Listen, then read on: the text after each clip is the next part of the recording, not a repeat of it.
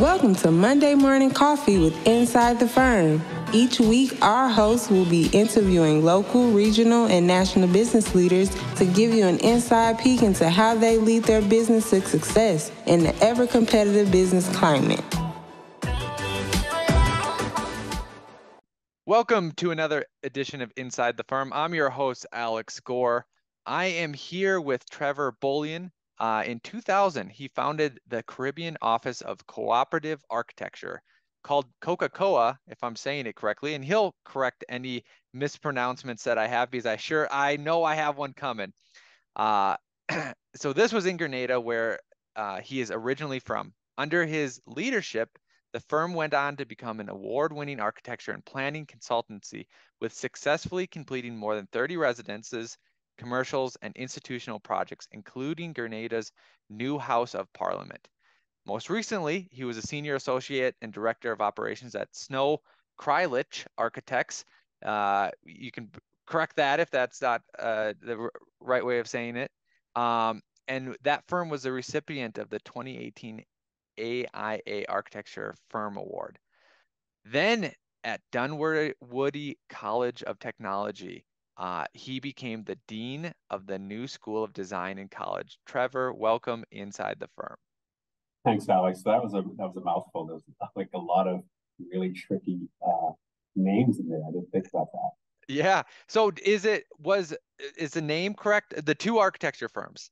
So Snow Kreilich is the name of the firm that I was at before this position, and then we refer to the firm as Cayko. Cayko. It's spelled C-O-C-O-A, yeah. Yep. And then it's Julie Snow, right? Julie Snow's firm, correct. The firm that she founded, and then is with Matt Kreilich, who's the partner. Yeah. The amazing work. Actually, both firms do amazing work. So congratulations on all of that. Could we just rewind the clock, and what's kind of the relevant parts of the stories of you growing up in Grenada and deciding to become an architect and getting into starting your first firm? Oh, sure. I mean, I think that so I went to college in New York City. I went to City College in New York, and worked for a couple of years, then went to Harvard GSD and came back to New York and was working, right? So I'm working in a firm like so many young people. At the time, the economy was reasonably good, and we're all trying to get ahead, right? Like I think that like everybody was trying to like either move to a firm that was maybe slightly more prestigious, or move to a firm to make slightly a little bit more money. And I was definitely in that category, really trying to think about like how do I break out of the pack? And my cousin Brian, who's a graduate of SciArc, had moved back to Grenada, and I'd just been talking with him like, hey, like how's that going, and we started talking about like, hey, maybe we should try to do something. And so we did. We totally on, just on gut instinct alone. We had no clients. I cashed in my chits. I cashed in my savings. I purchased a plotter, computer. We rented an office space. Yeah. And we went at it. We just kind of, we got one of our first clients was just somebody we met at a bar, and they were like, they lived on a boat, and they were like, hey, we're thinking of leaving the boating life behind, and we're gonna build a house. And we're like, great. And Brian met them. He came back. He's told me about it, and I was just like, okay, like we had no phone number. We had no, you know what I mean? Yeah. Like, is this thing real? Like, you know what I mean? And then they later on they came and they stopped by the office, and we got that done. But yeah, that was sort of my impulse for starting my own firm with my cousin Brian. Did you have an office in like one of your houses, or did you guys rent a space? So we rented a space. Like, so when we decided to get it going, we got the business cards and all that stuff. And like I said, I purchased the plotter. But we were at home for about a month. But during that month, we were looking for space. And so we found a space, on the cheap. We were so like fearful of like, what would happen if it went bust. we kind of we really did a great sell job on convincing a young an interior designer who was also doing their own thing to join us. Just not to join our firm, but to like share space with us. Yep. And so the three of us, like, we had this this little office space, and yeah, that's how we got going. And then once you got the office space, got that first client, who, like sometimes everyone's sharing everyone's role because you have to do everything. But was there one of you was the marketer, one was a designer, or how did you specifically go across? Like, did people just walk in? Did you put a sign up that says architects? Architects here. We did. And so I'll tell you something. You sometimes you get incredibly good dumb luck. Sure. So the place that we set up in Grenada is a street called Lucas Street. And the beautiful thing about Lucas Street is that it's close to the courthouse. And most lawyers have their offices in Lucas Street. Well, we often would have people who were on their way to complete the sale of deed for their land, literally leave their lawyer's office and swing by us and be like, oh yeah, we just purchased this property with the intention to build a house. And so and then we developed a little bit of a relationship with some of the lawyers where they would recommend us. And so it was like, just like I said, totally dumb luck, but that was definitely one of the things that helped us out in the early going. So would you say if you would have put your office somewhere else, it would have maybe been a harder slog? I think so for sure. Wow, that's a great. I'm trying to think of, like, should someone open their architecture firm right across from the planning department? Yeah, something like that. Yeah. And because I was thinking, like, okay, where are all the real estate agents located? But they're at home, they're all over the place. The planning department, I'm sure a lot of people, I'm thinking about Denver, right? They walk in, they're just a homeowner or someone, and they're naive in the most beautiful way possible. Mm-hmm. And they walk in there and they realize, holy cow, this is a nightmare bureaucratic system I'm heading into. Walk out dejected, see a sign of architects, and then okay. I'm going to talk to Lance about this. I know someone who owns a building in the parking lot. Awesome. Yeah. Up there. So sorry to sidetrack this, but you got me going. Was that your main thing? Did you then at that point or later develop, was it initially a website or did that come later? I'm going to share my screen here just so people that are watching on YouTube can see. Because right now it's a beautiful website. Oops. Beautiful work. Did you start that right away, or was that after you had some breathing room? No, that's the firm we started right away. I'm not seeing the website though on the screen. Oh, there we go. Yeah. There we go. It was on the right. Yeah. Okay. And so, when I relocated to Minnesota back in 2016, Brian, has kept the firm going. Yeah, fun stuff. Yeah. Awesome. Great firm.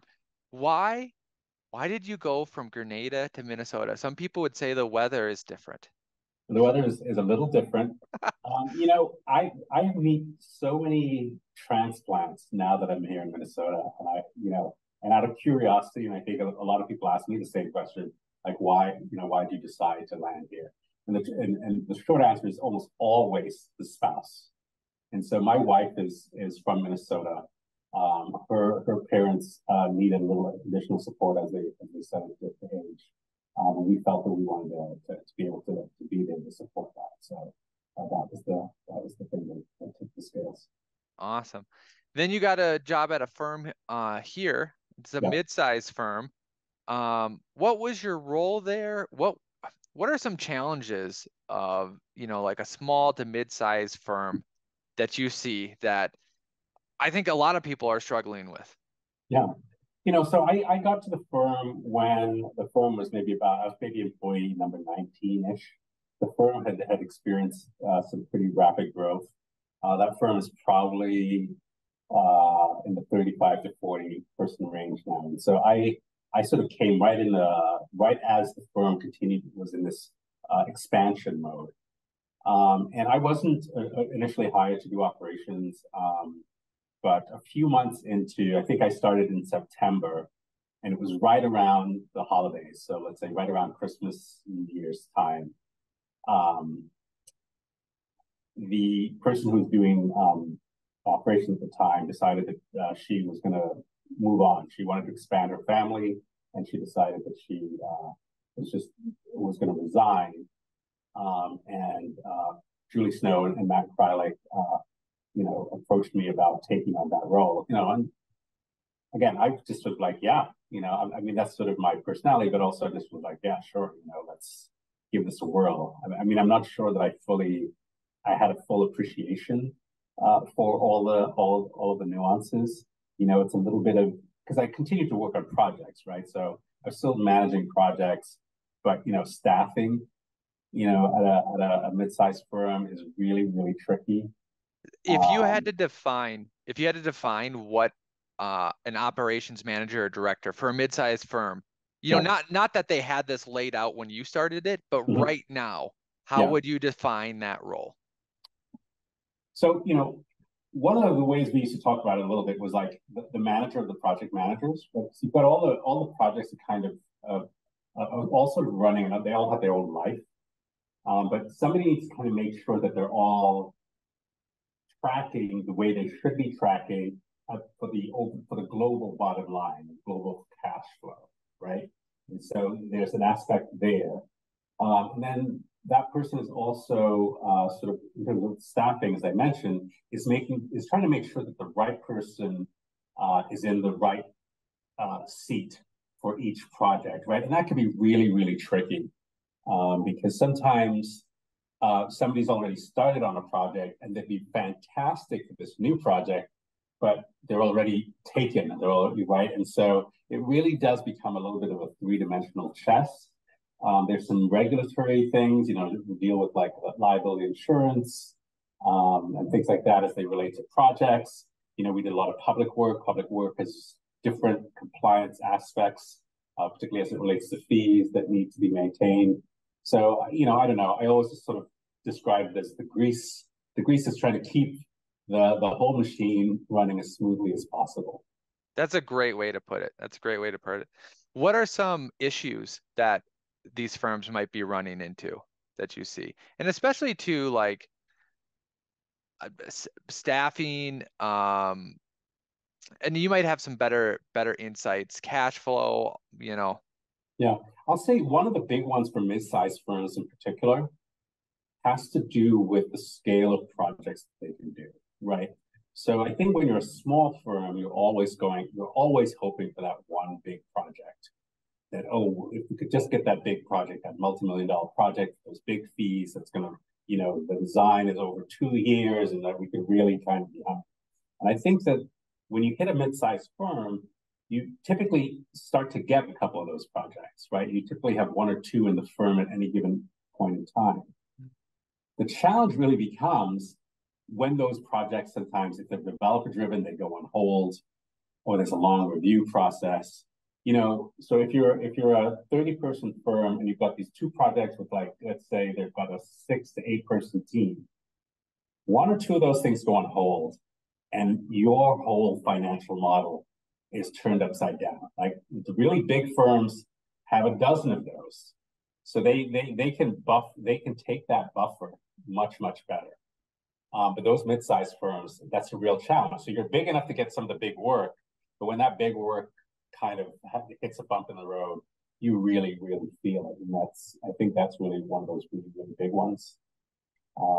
I think that's huge because I think that's the fallacy that a lot of people have is like, hey, I just need those big projects, right? Yeah. And I want to get more of those big projects and I want to get rid of all the little ones, which I totally understand. It makes complete sense. But your point is spot on the nail. What are you going to do when you have a firm of even 8 and you have one big project and you only have 2 or 3 very small projects and that big one stops. Those little projects aren't going to, payroll comes every month or twice a month. Yeah, yeah. You know, we were talking earlier before we started recording about the '08 recession, and we, Coco, as a firm, I believe, one of the things that helped us get through that was that we had a startup mentality, right?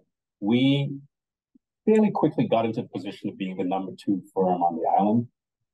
And the bigger firm on the island was getting a lot of the projects that we really wanted, a lot of these bigger big hotel resort developments, right? They didn't do as much little work, like, hey, I want to do another addition to my house. And we always had that sort of startup mentality where we were taking anything that we could get, because we just had that mentality that we're getting started, we're getting going. And when that recession hit, all those big projects went on hold. Yeah. And the only thing left were these smaller projects. And I think that larger firm was known as the folks with the big stuff, and they would never touch the little stuff. And so even people who might otherwise have been inclined to maybe go to them just felt like, well, they don't do that big stuff. So they don't do little stuff. And so I felt like we were able to really stabilize the firm during those really bumpy periods because we continued to do a lot of the little stuff. And we were still well equipped to do it. Yep. And I think too, then circling back to that, kind of operations manager is necessary to know to kind of balance out what's happening at a firm. When do you think that's necessary? When should a firm pull the trigger on having an operations manager? That's a really great question. I mean, I would say that once you hit about 20, and again, I was in a role where I was doing that, but I was also doing projects, right? So I was still running projects. So, I mean, I think a lot of firms just think, oh, well, we can't afford the overhead, right? I mean, I think that's always that big. Like, we can't just have a person who's sitting there and that we're, other than like marketing. And I would say that the same thing for marketing. I don't think it's a coincidence that Snow Kreilich saw growth when they finally were like, you know what, we should probably have somebody dedicated and focused on just going out there and responding to RFPs and doing that. And they did that probably around that 15-person mark. Yep. And that's what precipitated really that growth. It's crazy. Looking and chasing projects gets you projects. Yes. Exactly. Groundbreaking thoughts right here inside the firm. But I think when you're a startup, you're so hungry. You're so scared of overextending yourself that you won't be able to. I remember when we hired our first employee, and we were sweating buckets. This idea that we were going to have to pay this person, every month after month, no matter what, right? And our productivity went through the roof, right? Because when you're just starting out, when you're doing working drawings, you're not chasing new work. And when you're chasing new work, nothing's happening on that project, right? And so all of a sudden, just having one person who all they did was production, it was like, it's obvious in hindsight, but in that moment, we were so scared of the responsibility of having to pay somebody. And our productivity just went through the roof. Our cash flow improved. And it was just like, duh, why did we wait so long? Yeah. I want to transition. You're the dean of the, is it called the New School of Design or is it just called the School of Design? School of Design. Okay. There is I forgot what it was. Yeah, the new school. Yeah, in New York. So didn't know if you were doing that, the new school. So we've been talking about business a lot and almost because of the firms that you worked at and kind of throwing under the rug, design, because I think school teaches design the best because you're in competition with your students, you have a professor that critiques you. And I think teaching business is the hardest and teaching code is the hardest because I mean, there's just so much nuance to it. It's hard to be sticky with that information. You know, when you design, you draw something, there's an effect. There's an effect on the renderings. When I say something about business, there's no feedback loop with the student. Like you can just Yeah, make up, hey, you're going to make more money if you hire someone after 10 people to go after more work, you know. Um, but I still want to ask this question. How how are you how, how are deans and other people thinking about business in a school of design? And I haven't even asked the question like, is the school of design just architecture? Is it other things involved? But I'm sure you've been around the block enough you've been to colleges, you've been to multiple different colleges. Uh, How do we integrate and how much should we yeah. integrate business into these design programs?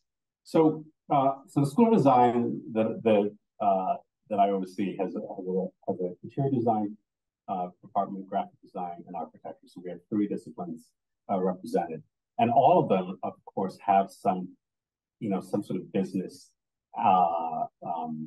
curriculum related to the sort of the business of making stuff, right? That we do. Um, I think where we have gone wrong is that we have, I think, rightly um, uh, put emphasis on studio, on design studio. But we've really done a disservice by treating all of the other classes as kind of throwaways. They're kind of like, I think a lot Yep. of schools treat them like, we need them to stay accredited, but really you should just be focused on studio, Yep. right? And to Uh, to yeah, to prove that point, I believe that I was a good design student. My roommate, um, we were going to one of those throwaway classes, right? yeah, And he looked at whatever I was turning in, and he goes, man, when you care, you really care and do a good job. And when you don't care, you do crap. And I was like, well, you just called my work crap, but I guess I'm good at studio, so yeah, right, exactly, exactly. And I think that's really that needs to change. Um, you know, I believe that our students could walk and chew gum at the same time. I think that just based on my experience, I think students want uh, a bigger understanding. I think they want a little bit more of a real world understanding. Right now, I'm teaching a class called Integrative Design, where I'm working. I have structural engineer coming in. I have a sustainability consultant coming into my studio class. I have a detailing expert coming in, mechanical engineer coming in. Just look, our students are never going to have to school doesn't provide enough bandwidth to fully develop a project all the way through. But it is important that our students can understand that all of those things impact your design, and that if you don't attend to those things, they will ultimately end up hamstringing the design and really holding you back from your expression. So that's really the focus of the experience studio that I'm teaching. I just think we need to do more of it. And business is included, right? The business space. I have a solution, but it might not be feasible. But I'll put it out there because Yeah, maybe you'll somehow make sense of this.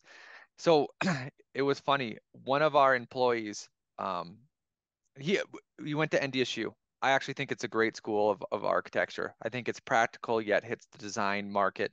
I think they do a great job of, they're in the middle of Fargo, but they fly students to different places, things like that.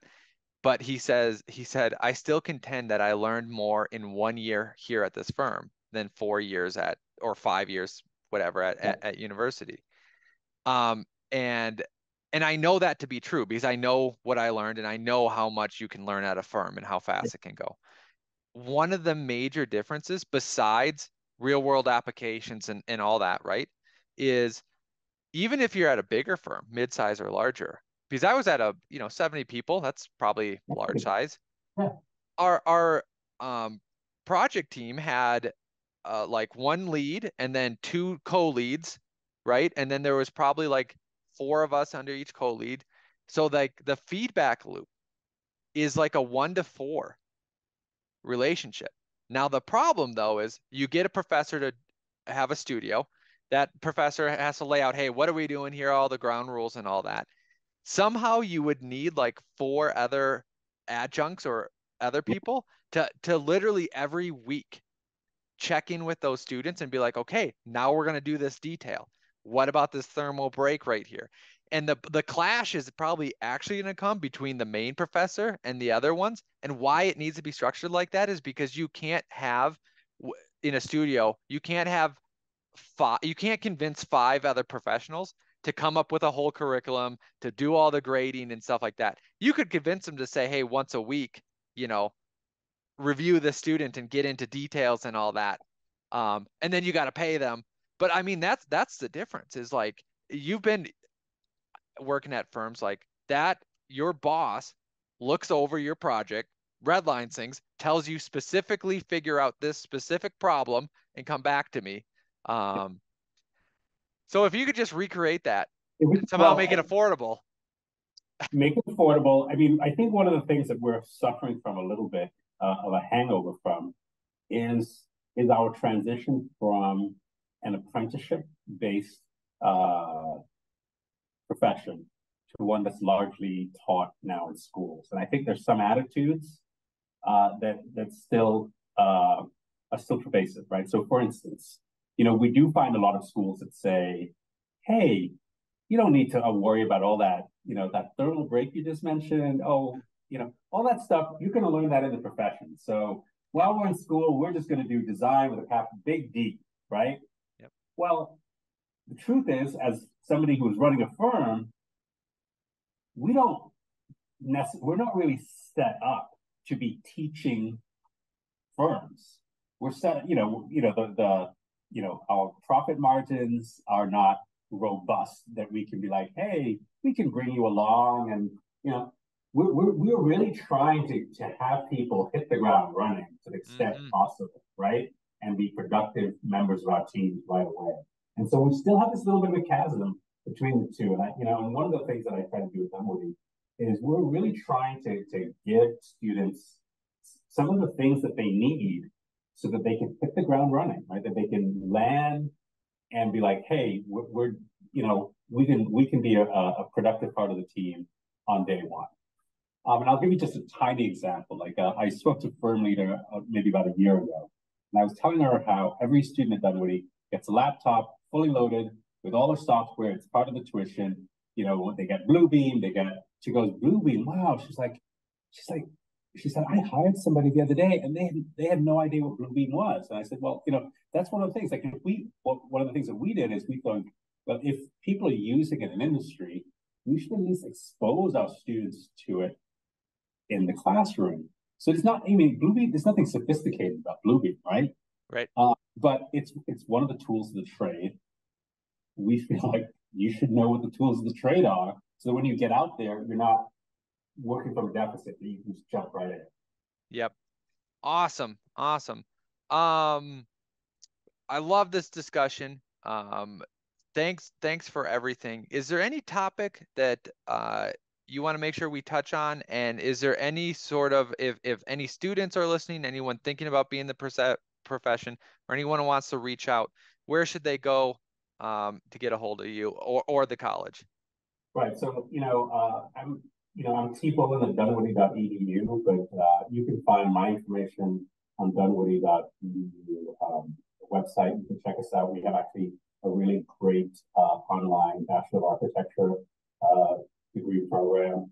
So I do know that it's a bit of a challenge for some folks who are maybe already working and want to get their accredited degree.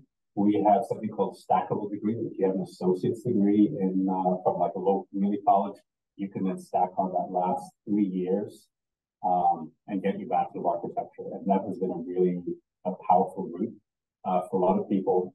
I think it's unique. I think we're the only ones doing it.